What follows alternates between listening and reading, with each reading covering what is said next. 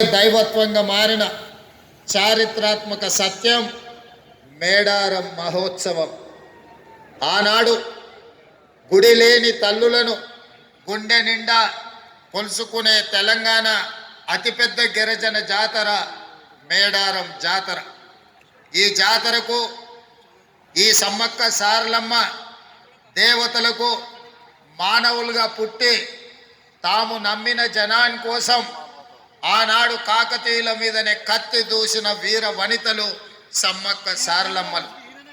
ఆ స్ఫూర్తిని తీసుకొని తెలంగాణ రాష్ట్రంలో జరుగుతున్న ప్రజాకంటక పరిపాలనను అంతమొందించాలి అని ఫిబ్రవరి 6, 2023 నాడు ఇక్కడి నుంచే హాత్ సే హాత్ జోడో యాత్రను ప్రారంభించి ఆనాడే నేను సీతక్క ముఖ్యమైన కాంగ్రెస్ నాయకులందరం కూడా సమ్మక్క సారలమ్మను సందర్శించుకొని ప్రతినబూనినం ఖచ్చితంగా ఆనాడు జరగబోయే ఎన్నికలలో ప్రజా ప్రభుత్వాన్ని ఏర్పాటు చేస్తాం.